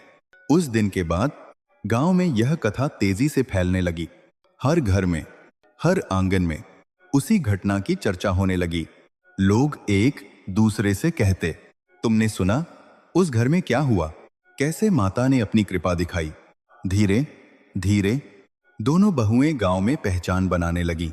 लेकिन यह पहचान उनके रूप या काम की नहीं थी, यह उनकी भक्ति की थी। अब जब भी गांव में शीतला माता का व्रत आता, तो महिलाएं उनके पास आती, बहन, हमें भी सही तरीके से व्रत करना सिखाओ, पूजा कैसे करनी चाहिए। दोनों बहुएं बहुत प्रेम से हर किसी को समझाती, व्रत केवल नियम नहीं है, यह हमारे मन की परीक्षा है, हमें इसे श्रद्धा और विश्वास से करना चाहिए। उनकी बातों में अब कोई दिखावा नहीं था, बस सच्चाई थी। धीरे धीरे वे केवल कथा सुनाने वाली नहीं रही, वह लोगों के लिए प्रेरणा बन गई। वृद्धा यह सब देखती और उसका हृदय गर्व से भर जाता। वह सोचती, माता ने मेरी बहुओं को केवल सुधारा ही नहीं, बल्कि उन्हें दूसरों के लिए भी मार्गदर्शक बना दिया। एक दिन जब दोनों बहुएं आंगन में बैठी थीं, तो छोटी बहू ने मुस्कुराते हुए कहा, दीदी, हमने कभी सोचा भी नहीं था कि हम भी किसी को कथा सुनाएंगे। बड़ी बहू ने हल्की मुस्कान के साथ कहा, यह सब माता की कृपा है। उन्होंने हमें केवल सिखाया नहीं, बल्कि हमें दूसरों को सिखाने लायक भी बना दिया। दोनों की आंखों में एक चमक थी। वह चमक थी भक्ति की। और उसी क्षण यह स्पष्ट हो गया था कि अब यह कथा केवल एक घर की नहीं रही, यह पूरे गांव की आस्था बन चुकी थी। और उस आस्था के केंद्र में थी माता शीतला और उनके दो सच्चे भक्त। गांव में धीरे धीरे शीतला माता की महिमा का प्रकाश फैल चुका था। हर घर में माता का नाम लिया जाने लगा था। हर आंगन में व्रत की चर्चा होने लगी थी। लेकिन जहां श्रद्धा होती है, वहीं कहीं ना कहीं संशय भी छिपा होता है। उसी गांव के एक कोने में एक और परिवार रहता था। उस परिवार में एक स्त्री थी। वह मेहनती तो थी, लेकिन उसके मन में भक्ति के प्रति उतना विश्वास नहीं था। उसे लगता था ये सब व्रत और नियम बस पुराने जमाने की बातें हैं, आज के समय में इनका क्या महत्व। गांव की महिलाएं जब भी उसके पास बैठती और शीतला माता की कथा की चर्चा करती, तो वह हल्की मुस्कान के साथ कह देती, अरे बहनों, इतना भी क्या मानना, भगवान तो हर जगह हैं। एक दिन चूल्हा जल गया तो क्या हो जाएगा। उसकी बातों में एक हल्की सी लापरवाही थी, और वही लापरवाही धीरे धीरे एक बड़ी भूल का रूप लेने वाली थी। एक दिन वह भी दोनों बहुओं के घर गई। वहां कुछ महिलाएं बैठी थीं और वही कथा चल रही थी। दोनों बहुएं बड़े प्रेम से माता की महिमा बता रही थीं। वह स्त्री भी चुपचाप बैठकर सुनने लगी, लेकिन उसके मन में अब भी संशय था, क्या सच में ऐसा होता है। जब कथा समाप्त हुई तो उसने थोड़ी हंसी के साथ कहा, बहन, तुम्हारे साथ जो हुआ वो शायद एक संयोग था। हर बार ऐसा थोड़ी होता है।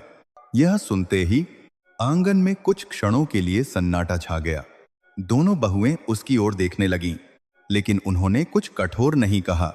बड़ी बहू ने बहुत शांत स्वर में कहा, बहन, हम भी पहले यही सोचते थे, लेकिन जब हमने खुद अनुभव किया, तब हमें समझ आया कि माता की महिमा क्या है। उसकी आवाज में विनम्रता थी, कोई बहस नहीं, कोई तर्क नहीं, बस एक सच्चाई। लेकिन वह स्त्री अब भी पूरी तरह नहीं मानी। उसने सिर हिलाया और वहां से चली गई। कुछ ही दिनों बाद चैत्र मास फिर से आ गया, और उसके साथ शीतला माता का व्रत भी। पूरा गांव तैयारी में लग गया। हर घर में एक दिन पहले भोग बनाया जाने लगा। लेकिन उस स्त्री के घर में वही पुरानी सोच थी। वह बोली, मैं भी व्रत तो करूंगी, लेकिन इतना कठोर नियम नहीं मान सकती। उसकी बहू ने धीरे से कहा, मांझी, सब लोग कह रहे हैं कि चूल्हा नहीं जलाना चाहिए। वह हंसकर बोली, अरे, तुम भी उनकी बातों में आ गई। थोड़ा सा खाना बना लेंगे, क्या फर्क पड़ जाएगा। उसकी आवाज में वही लापरवाही थी जिसे वह समझ नहीं पा रही थी। रात बीत गई और सुबह का समय आ गया। पूरा गांव व्रत में लीन था। हर घर में पूजा हो रही थी, लेकिन उस घर के भीतर चूल्हा जल चुका था। धीरे धीरे धुआं उठने लगा, और उसी के साथ एक अनदेखी भूल फिर से दोहराई जा चुकी थी। उसकी बहू के मन में हल्का डर था। वह बार बार सोच रही थी, कहीं यह गलत तो नहीं, लेकिन सास के सामने वह कुछ बोल नहीं पा रही थी। उधर गांव के बाकी घरों में शांति थी, और इधर एक नई परीक्षा की शुरुआत हो चुकी थी। कुछ ही समय बीता था कि अचानक उस घर के आंगन में खेल रहा एक बच्चा जोर से रोने लगा। उसका शरीर तपने लगा, उसकी आंखें बुझने लगीं। बहू घबरा गई। मांझी, देखिए, बच्चे को क्या हो गया। सांस दौड़कर आई। उसने बच्चे को उठाया, और जैसे ही माथे को छुआ, उसका चेहरा बदल गया। इतना तेज बुखार, उसकी आवाज कांप गई। कुछ ही क्षणों में दूसरे बच्चे को भी वही परेशानी होने लगी। अब घर में घबराहट फैल चुकी थी। वही दृश्य जो पहले एक घर में हुआ था, अब यहां दोहराया जा रहा था। लेकिन इस बार यह केवल एक घटना नहीं थी, यह एक सीख बनने वाली थी। और शायद इस बार यह सीख और भी गहरी होने वाली थी। उस घर में अब हर तरफ घबराहट फैल चुकी थी। जो आंगन कुछ समय पहले बच्चों की हंसी से गूंज रहा था, वहीं अब रोने और चीखने की आवाजें गूंज रही थीं। एक बच्चा मां की गोद में तड़प रहा था, तो दूसरा जमीन पर लेटा कराह रहा था। उनके शरीर तप रहे थे, जैसे भीतर आग जल रही हो। बहू की आंखों से आंसू रुक ही नहीं रहे थे। मां जी, कुछ कीजिए, बच्चे को क्या हो गया? उसकी आवाज डर से कांप रही थी। सास, जो कुछ समय पहले पूरे आत्मविश्वास से भरी थी, अब उसके चेहरे पर भी घबराहट साफ दिखाई दे रही थी। उसने जल्दी जल्दी बच्चे के माथे पर हाथ रखा। माथा इतना गर्म था कि उसके हाथ भी कांप उठे। यह अचानक कैसे हो गया? वह खुद से ही सवाल करने लगी। कुछ ही देर में घर के बाकी लोग भी इकट्ठा हो गए। हर कोई परेशान था, हर कोई कुछ समझने की कोशिश कर रहा था, लेकिन कोई जवाब नहीं था। बहू ने बच्चे को गोद में लिया और रोते हुए बोली, मान जी, कहीं ये हमारी गलती की वजह से तो नहीं? उसकी बात अधूरी रह गई, लेकिन वह बात सास के दिल तक पहुंच चुकी थी। उसके मन में एक झटका लगा, गलती। और उसी क्षण सुबह का वह दृश्य उसकी आंखों के सामने घूम गया। चूल्हा जलाना, सबकी बात को हल्के में लेना। उसका दिल एक पल को रुक सा गया, लेकिन अहंकार अभी पूरी तरह टूटा नहीं था। उसने खुद को संभालते हुए कहा, नहीं, ऐसा कुछ नहीं है, यह बस एक बीमारी होगी। लेकिन उसकी आवाज में अब पहले जैसा विश्वास नहीं था। उसके शब्दों के पीछे एक छुपा हुआ डर साफ महसूस हो रहा था। समय बीतता जा रहा था, लेकिन बच्चों की हालत और भी बिगड़ती जा रही थी। उनका बुखार कम होने के बजाय बढ़ता जा रहा था। वे कमजोर होते जा रहे थे। घर का हर कोना अब चिंता से भर चुका था। बहू रोकर थक चुकी थी। हे भगवान, हमारे बच्चे ठीक कर दो। लेकिन इस बार उसकी प्रार्थना में एक अलग ही भाव था, डर और पछतावा। धीरे धीरे सास के मन में भी वही भावना जन्म लेने लगी। वह चुपचाप एक कोने में बैठ गई। उसकी आंखें खाली थीं, मानो वह अपने ही विचारों में खो गई हो। क्या सच में यह मेरी गलती है? यह सवाल उसके मन में बार बार उठ रहा था। उसे गांव की औरतों की बातें याद आने लगीं। माता का व्रत श्रद्धा से करना चाहिए, नियमों का पालन जरूरी है। उसे दोनों बहुओं की बात भी याद आई। हमने भी गलती की थी और माता ने हमें सजा देकर सिखाया। अब उसका अहंकार धीरे धीरे टूटने लगा था। उसकी आंखों में आंसू आ गए। अगर यह सच है तो मैंने बहुत बड़ी भूल कर दी। उसने कांपते हाथों से अपने सिर को पकड़ लिया और पहली बार उसके दिल में सच्चा पछतावा जागा। उधर बच्चों की हालत और भी गंभीर होती जा रही थी। उनकी सांसें तेज हो गई थीं। उनका शरीर बिल्कुल कमजोर हो चुका था। यह देखकर अब सांस खुद को रोक नहीं पाई। वह रो पड़ी, हे शीतला माता, अगर यह मेरी गलती की सजा है तो मुझे माफ कर दो। मेरे बच्चों को बचा लो। उसकी आवाज में अब कोई तर्क नहीं था, कोई अहंकार नहीं था, केवल विनती थी, केवल समर्पण था। बहू भी उसके पास आकर बैठ गई। दोनों एक दूसरे को पकड़कर रोने लगी। अब उन्हें समझ आ चुका था कि उन्होंने केवल एक नियम नहीं तोड़ा, बल्कि एक आस्था को नजरअंदाज किया। और उसी आस्था की शक्ति को अब वे अपने सामने देख रही थीं। घर का वातावरण पूरी तरह बदल चुका था। जहां पहले लापरवाही थी, वहां अब भय था।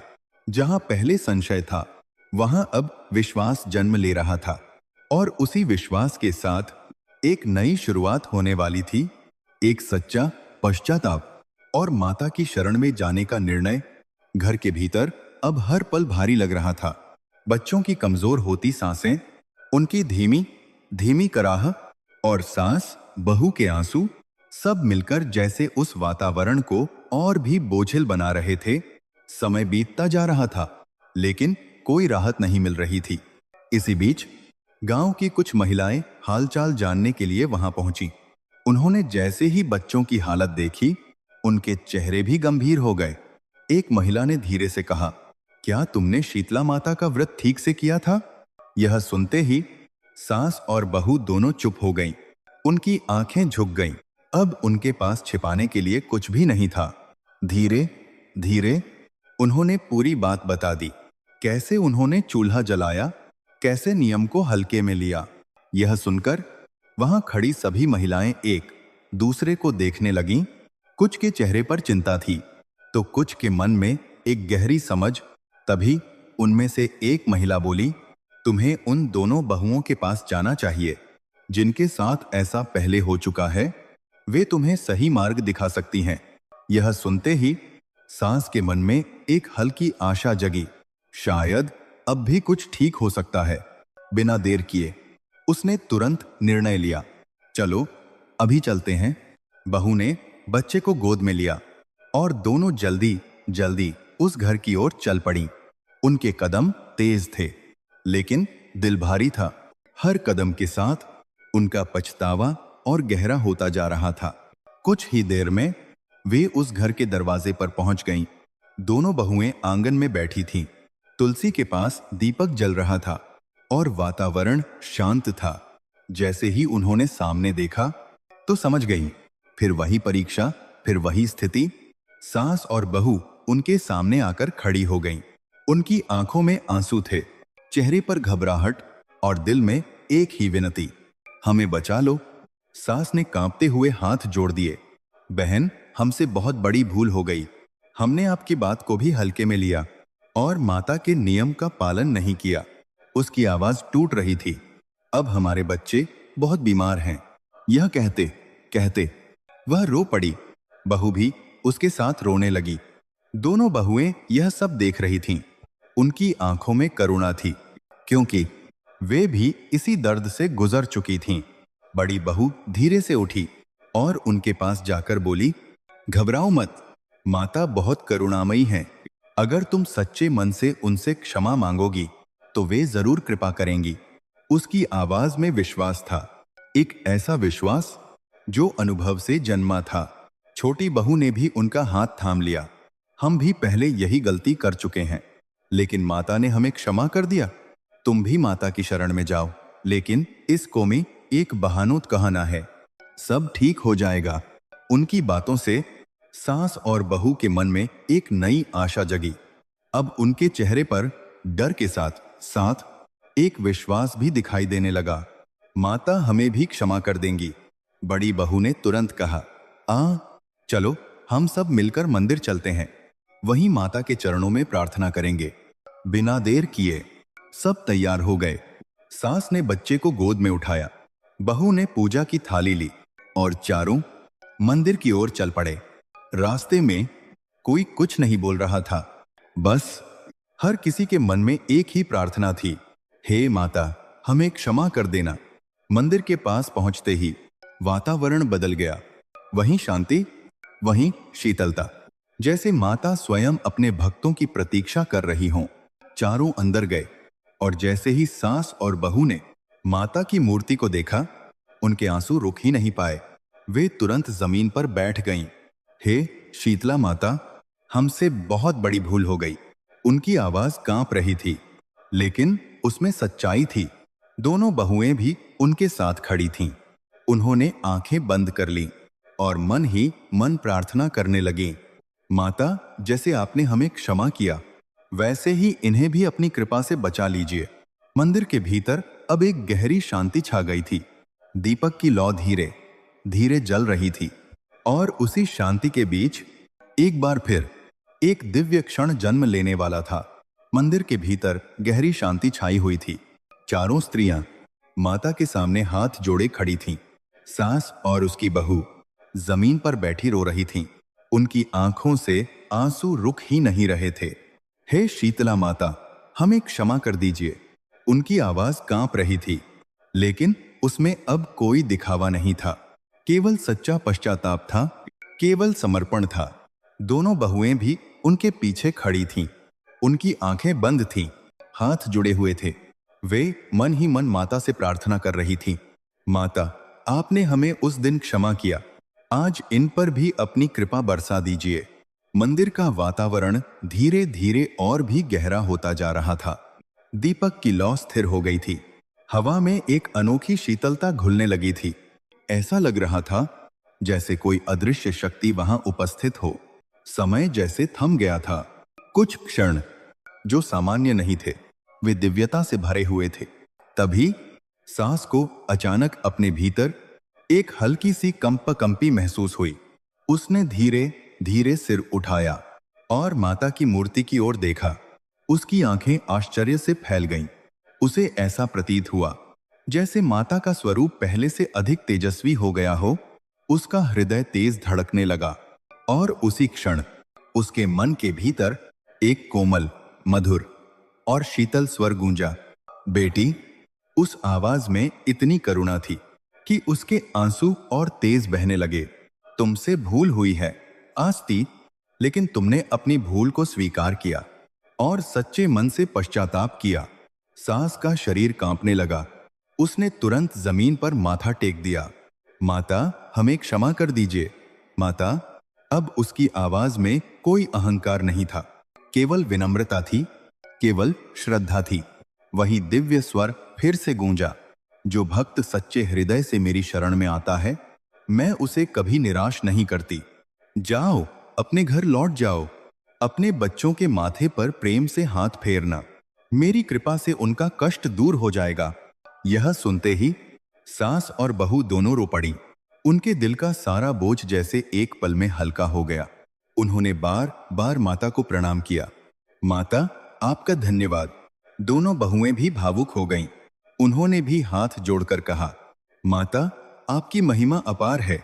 कुछ देर तक सब वहीं खड़ी रहीं, मानो उस दिव्य क्षण को अपने भीतर समेट लेना चाहती हों। फिर धीरे धीरे वे मंदिर से बाहर निकलीं। इस बार उनके कदम पहले जैसे भारी नहीं थे। उनमें विश्वास था, उनमें शांति थी। चारों जल्दी जल्दी घर की ओर बढ़ने लगीं। सास का दिल जोर जोर से धड़क रहा था। क्या सच में बच्चे ठीक हो जाएंगे? लेकिन उसी के साथ माता की आवाज भी गूंज रही थी, भय मत करो। कुछ ही देर में वे घर पहुंच गईं। दरवाजा खुलते ही सबकी नजर बच्चों पर गई और जो दृश्य उन्होंने देखा वह किसी चमत्कार से कम नहीं था।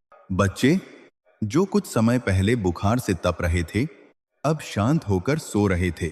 उनके चेहरे पर एक सुकून था। उनकी सांसें सामान्य थीं। सांस धीरे धीरे आगे बढ़ी।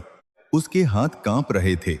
उसने बच्चे के माथे को छुआ और जैसे ही उसने स्पर्श किया, उसका चेहरा बदल गया। माथा ठंडा है। उसकी आंखों से आंसू बह निकले। वह जमीन पर बैठ गई। माता, आपने हमें क्षमा कर दिया। बहू भी रो पड़ी। यह सब आपकी कृपा है। दोनों बहुएं यह दृश्य देखकर मुस्कुरा रही थीं। उनकी आंखों में भी आंसू थे, लेकिन उन आंसुओं में खुशी थी। अब उस घर में भी वही परिवर्तन शुरू हो चुका था। जहां पहले लापरवाही थी, वहां अब श्रद्धा थी।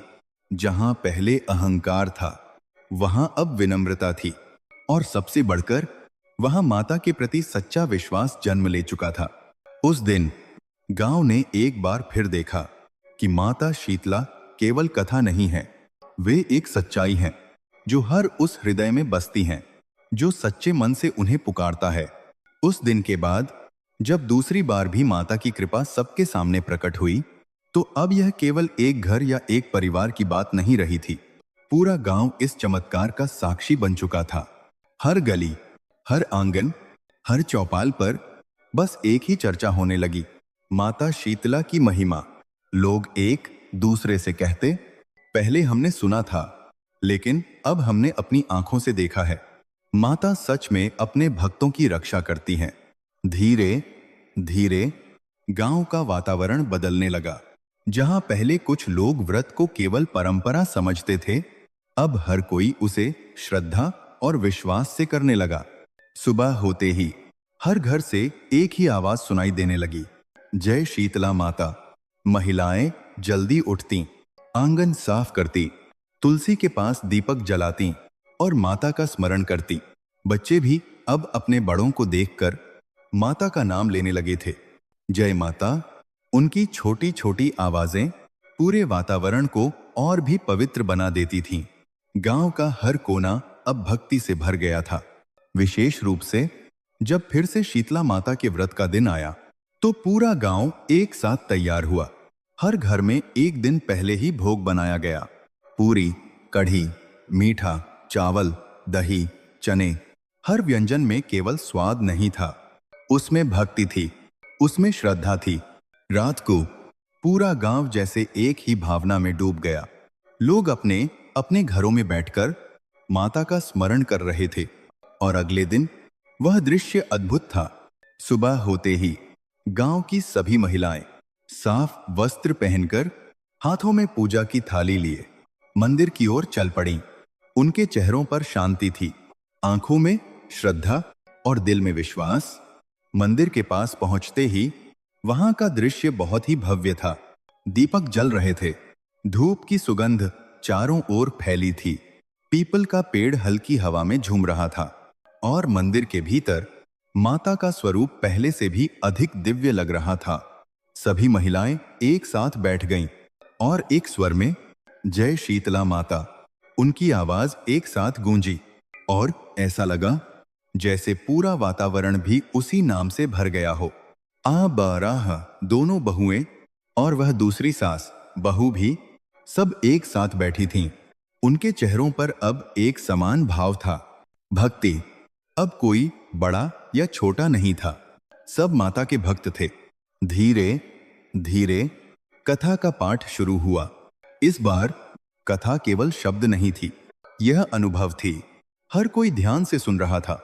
कुछ की आंखों में आंसू थे, कुछ के चेहरे पर मुस्कान, लेकिन हर दिल में माता के प्रति एक गहरा प्रेम था। कथा के अंत में सबने मिलकर हाथ जोड़कर प्रार्थना की, हे माता, जैसे आपने हमारे गांव पर अपनी कृपा बरसाई, वैसे ही सदैव हमें अपनी शरण में रखना।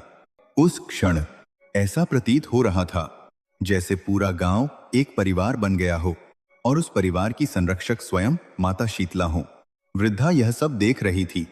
उसकी आंखों में आंसू थे, लेकिन वे आंसू दुख के नहीं थे, वे गर्व के थे, वे कृतज्ञता के थे। वह मन ही मन बोली, माता, आपने केवल मेरे घर को ही नहीं बल्कि पूरे गांव को अपनी भक्ति से जोड़ दिया। और सच में उस दिन के बाद उस गांव में केवल जीवन नहीं चलता था, वहां भक्ति बहती थी, वहां प्रेम रहता था और वहां हर दिल में माता का वास था। जब भी हवा चलती तो ऐसा लगता जैसे वह केवल हवा नहीं बल्कि माता का शीतल आशीर्वाद हो। गांव में भक्ति का वातावरण अब पूरी तरह बस चुका था। हर घर में श्रद्धा थी, हर मन में विश्वास, लेकिन भक्ति के साथ साथ अब एक नई जिज्ञासा भी जन्म लेने लगी थी। लोग केवल व्रत कर रहे थे, ऐसा नहीं था। अब वे उसके पीछे छिपे रहस्य को भी समझना चाहते थे। एक दिन अब गांव की कई महिलाएं फिर से उसी आंगन में इकट्ठा हुईं, जहां से यह पूरी कथा शुरू हुई थी। वही तुलसी का चौरा, वही शांत वातावरण और बीच में बैठी थीं वही वृद्धा जिसकी भक्ति ने इस पूरे गांव को बदल दिया था। आज सभी की आंखों में एक सवाल था।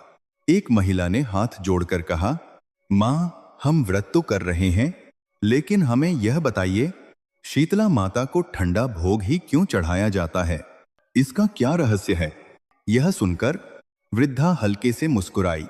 उसकी आंखों में एक गहराई थी, मानो वह केवल उत्तर नहीं, एक अनुभव देने वाली हो।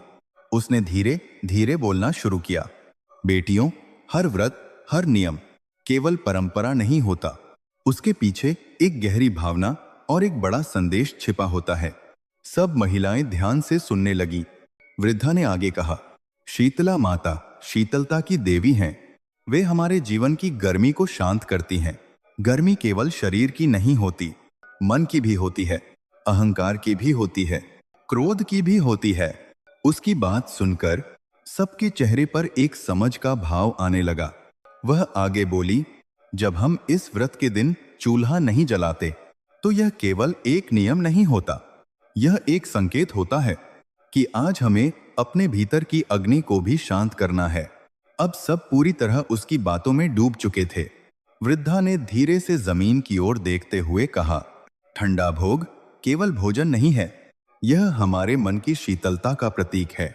जब हम एक दिन पहले भोजन बनाकर अगले दिन उसे माता को अर्पित करते हैं, तो हम यह दर्शाते हैं कि हम अपनी इच्छाओं पर नियंत्रण रख सकते हैं, हम धैर्य रख सकते हैं, हम नियम का पालन कर सकते हैं। अब वातावरण और भी गहरा हो गया था। हर शब्द सीधे दिल में उतर रहा था। वृद्धा ने आगे कहा, और एक बात और, जब हम चूल्हा नहीं जलाते तो हम प्रकृति को भी विश्राम देते हैं, अग्नि को शांत रखते हैं और उस दिन केवल शांति को अपनाते हैं। एक महिला ने आश्चर्य से पूछा, तो क्या इसका मतलब यह है कि यह व्रत हमें केवल पूजा ही नहीं बल्कि जीवन जीने का तरीका भी सिखाता है? वृद्धा ने मुस्कुराकर कहा, हाँ बेटी, बिल्कुल, यही तो इस व्रत की सबसे बड़ी सीख है। अब सभी महिलाएं एक दूसरे को देखने लगीं। उनके चेहरों पर अब केवल श्रद्धा नहीं थी, अब उनमें समझ भी थी। बड़ी बहू ने धीरे से कहा, अब हमें समझ आया कि हमने उस दिन केवल एक नियम नहीं तोड़ा था बल्कि एक सीख को नजरअंदाज किया था। छोटी बहू ने भी सिर झुका लिया, और इसलिए हमें वह कष्ट मिला। वृद्धा ने उनके सिर पर हाथ रखा, लेकिन तुमने उससे सीख ली, यही सबसे बड़ी बात है। उस दिन गांव के लोगों ने केवल व्रत का महत्व ही नहीं समझा बल्कि जीवन का एक गहरा सत्य भी समझ लिया। शीतलता ही शांति है, शीतलता ही शांति है, शीतलता ही शांति है, और शांति ही सच्चा सुख है। उसके बाद से जब भी शीतला माता का व्रत आता तो लोग केवल नियम का पालन नहीं करते थे, वे उस भावना को भी जीते थे। वे अपने भीतर के क्रोध को शांत करते, अपने अहंकार को त्यागते और अपने मन को शीतल बनाते। और यही इस व्रत की सच्ची सफलता थी। धीरे धीरे यह गांव केवल भक्ति के लिए नहीं बल्कि समझ और संतुलन के लिए भी जाना जाने लगा। और यह सब संभव हुआ माता की कृपा से और उस एक छोटी सी भूल से मिली बड़ी सीख से। समय धीरे धीरे आगे बढ़ता गया, दिन बीतते गए, मौसम बदलते गए, लेकिन उस गांव में जो परिवर्तन आया था वह कभी नहीं बदला।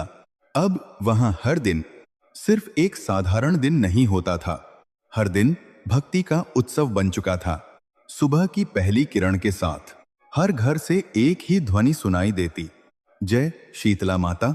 यह आवाज अब केवल एक परंपरा नहीं थी, यह उस विश्वास की गूंज थी जो हर दिल में बस चुका था। वृद्धा, जो इस पूरी कथा की साक्षी थी, अब पहले से भी अधिक शांत और प्रसन्न रहने लगी थी। उसके चेहरे पर एक दिव्य संतोष था, जैसे उसने अपने जीवन का सबसे बड़ा कार्य पूरा कर लिया हो। एक दिन वह आंगन में बैठी थी, तुलसी के पास दीपक जल रहा था, हल्की हवा चल रही थी। उसके पास दोनों बहुएं भी बैठी थीं। तीनों के बीच एक गहरी शांति थी। कुछ देर तक कोई कुछ नहीं बोला। फिर वृद्धा ने धीरे से कहा, बेटियों, क्या तुम्हें याद है वह दिन जब तुमने चूल्हा जलाया था? दोनों बहुओं ने सिर झुका लिया, उनकी आंखों में हल्की नमी आ गई। बड़ी बहू बोली, मां, वह दिन हम कभी नहीं भूल सकते। छोटी बहू ने भी कहा, वही दिन तो हमारे जीवन की सबसे बड़ी सीख बन गया। वृद्धा मुस्कुराए, हाँ, कभी कभी जीवन हमें सिखाने के लिए कठिन रास्ता चुनता है, लेकिन अगर हम उस सीख को समझ लें तो वही कठिनाई हमें ऊंचा उठा देती है। तीनों कुछ देर तक चुप रहीं, मानो उस पल को महसूस कर रही हों। फिर बड़ी बहू ने कहा, मां, पहले हमें लगता था कि व्रत केवल एक नियम है, लेकिन अब समझ आता है कि यह हमारे जीवन को सही दिशा देने का माध्यम है। छोटी बहू ने भी सहमति में कहा, और सबसे बड़ी बात, इसने हमें विनम्र बनना सिखाया। वृद्धा ने दोनों के सिर पर हाथ रखा। यही तो सच्ची भक्ति है, जहां अहंकार नहीं, जहां दिखावा नहीं, सिर्फ प्रेम और समर्पण। उस दिन तीनों के बीच जो संवाद हुआ वह केवल शब्द नहीं था, वह अनुभव था, वह सच्चाई थी। उधर गांव के बाकी लोग भी अब बदल चुके थे। अब कोई किसी के साथ कठोर व्यवहार नहीं करता था। लोग एक दूसरे की मदद करने लगे थे, एक दूसरे के दुख में साथ खड़े होते थे और हर खुशी को मिलकर मनाते थे। ऐसा लगने लगा था जैसे माता की शीतलता केवल शरीर ही नहीं बल्कि पूरे समाज में उतर आई हो। एक दिन गांव में एक छोटा सा उत्सव रखा गया। सभी लोग एक साथ इकट्ठा हुए। माता का भजन हुआ, कथा का पाठ हुआ और अंत में सबने मिलकर एक ही बात कही। इस गांव को जो सबसे बड़ी सीख मिली है वह यह है कि श्रद्धा कभी व्यर्थ नहीं जाती और विनम्रता हमेशा कृपा दिलाती है। उस दिन हर किसी के चेहरे पर एक अलग ही चमक थी। वह चमक थी संतोष की। और सच में अब उस गांव में किसी को किसी चीज की कमी महसूस नहीं होती थी, क्योंकि उनके पास सबसे बड़ी संपत्ति थी, माता की कृपा। और यही जीवन का सबसे बड़ा सुख है। समय के साथ उस गांव की यह कथा केवल एक कहानी बनकर नहीं रह गई, वह एक प्रेरणा बन गई, एक विश्वास बन गई। लोग दूर दूर से इस गांव में आने लगे, यह देखने के लिए नहीं, बल्कि यह महसूस करने के लिए कि कैसे एक छोटी सी भूल एक बड़े परिवर्तन का कारण बन सकती है। जब भी कोई नया व्यक्ति गांव में आता तो गांव के लोग उसे यही कथा सुनाते, बहुओं की भूल, माता की कृपा और जीवन की सच्ची सीख। हर बार यह कथा सुनने वाले के हृदय में कुछ बदल जाता। कहीं अहंकार पिघलता, कहीं विश्वास जागता, कहीं भक्ति जन्म लेती।